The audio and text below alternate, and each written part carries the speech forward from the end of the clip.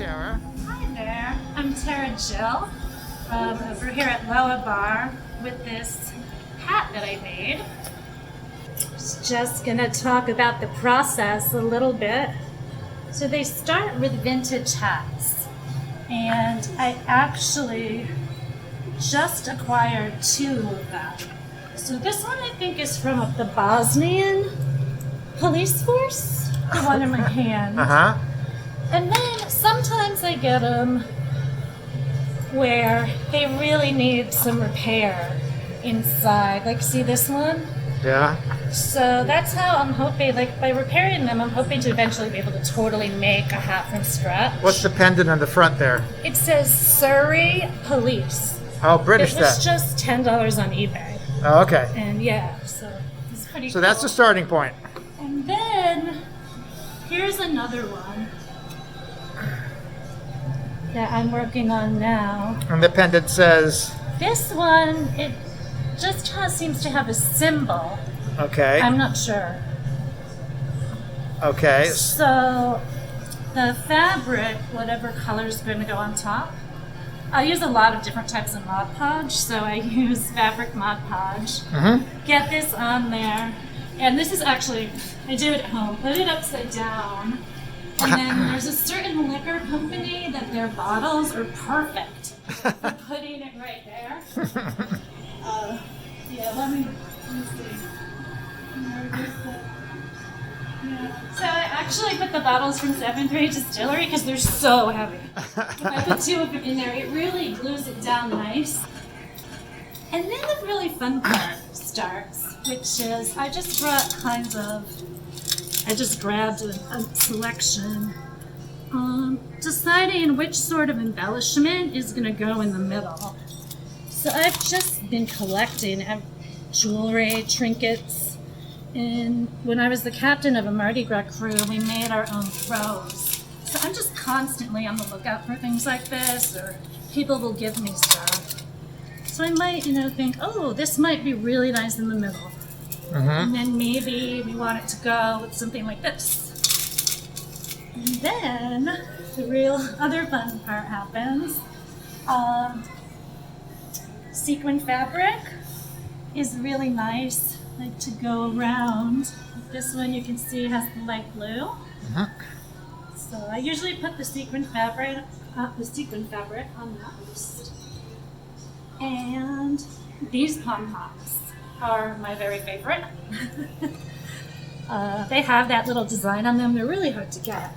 So then there's kind of all different pom-poms, big ones, little ones, or fringe. Your So, box of tricks. yeah. And here's some big pom-poms. See? So Uh-huh. if it's a custom order and someone really wants pom-poms, then I put them on there. But a lot of times I'm just having fun, kind of playing around, maybe using fringe or a lot of tassels like this can be really fun. Mm-hmm. And sometimes I'll even work on more than one at a time because I'll be like, oh, I don't really know what goes here, but I have the hot glue out and all these different Mod Podges, stuff like this. So I'll do more than one at a time. And I mean, this one's, I put one like this on a black and gold hat with fringe. Now, where did you find that item as an example? This item I found on St. Rock Avenue. The first Monday of the month, they have what they call a flea market. Mm-hmm. It's just local people setting up and selling stuff. Yeah. So, yeah, I got like a whole box of this stuff for, Uh-huh. I don't know, I don't remember how much I paid for it, but I got a whole box of stuff. And then, I mean, some stuff you just have to buy at a craft store. Yeah. I don't really, stuff kind of drives me nuts. So, what about the creation of this particular hat that is going to my sister? So, I really wanted to make something bright with butterflies, and it started with this. I loved this butterfly brooch. It's a vintage brooch that I'd been holding on to it for so long because I didn't know what to do with it. And then it looked like this would go well with that, and then I had these butterfly patches. From where? I had ordered them at one point to make an apron with patches. and I still have these. I think I ordered them probably on Amazon. Okay. Some of this stuff, like I can't even remember where this fringe came from. I've just had it. Like a while ago, I got a lot of vintage fringe or old Mardi Gras fringe and just kept it.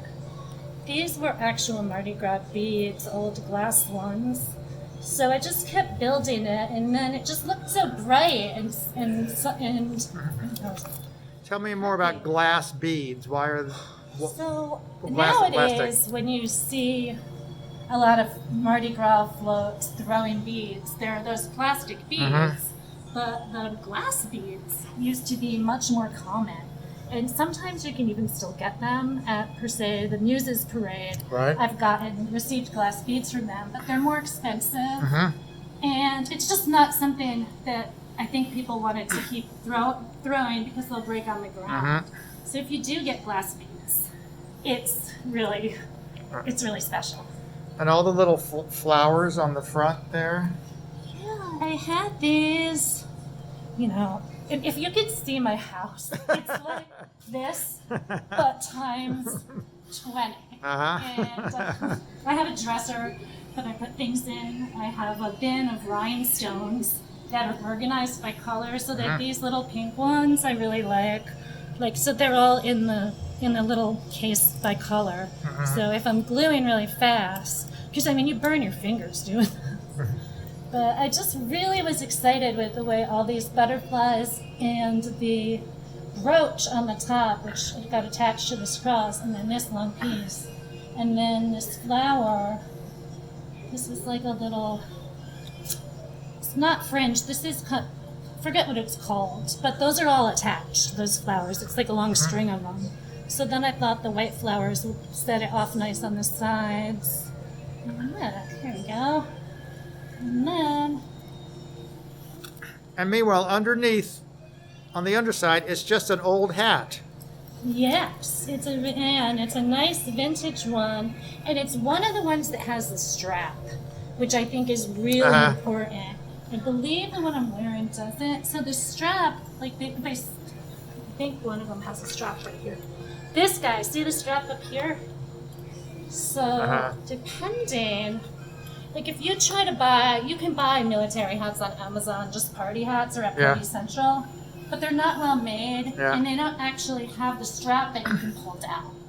Because I find that especially during Mardi Gras time, people really like the adjustable strap, because they might be wearing a wig one day, the next day they might not be.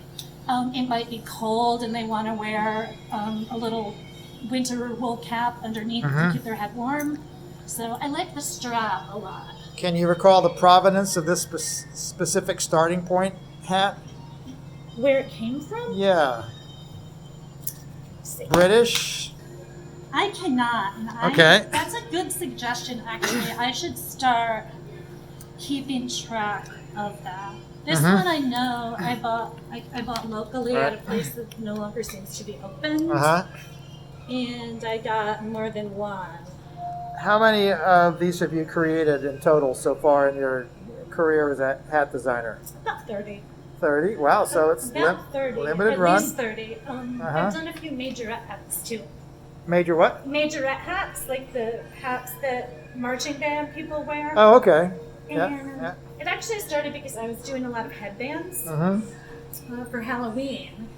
And I can make these really great headpieces, and it's taken me years to be able to make them so they don't fall off or get stuck on things. One year I was marching in a Mardi Gras parade and my headpiece got caught in my sleeve. And it was stuck in, then I couldn't get it off.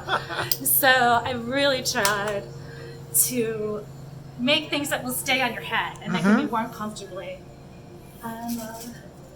So that's kind of what I've been doing, and then I've been starting to try to make them with matching masks. Or just kind of matching. That's my plan. For Halloween, I made some headbands. So people really liked my headbands last year, but men were like, look, I'm not going to wear a headband. It's just not happening. So it's like, okay, well, maybe I'll start doing hats. And I did a couple, and people just really got excited. So, I don't know. I'm just gonna try to do some playing card Right. themes, maybe on a hat. Uh-huh. It's whatever I can think of. Well, thank you. I love the thing, and I'm so glad to have your first-person account captured. Thank you. Thank you so much. And I'm Small Affair on Instagram, and I have lots of pictures of hats on there. Small Affair Yep, all on one word. Instagram. Yes, if you'd like to see more pictures of hats. Thanks, Tara Gel. Thank you so much. Bye. This is great.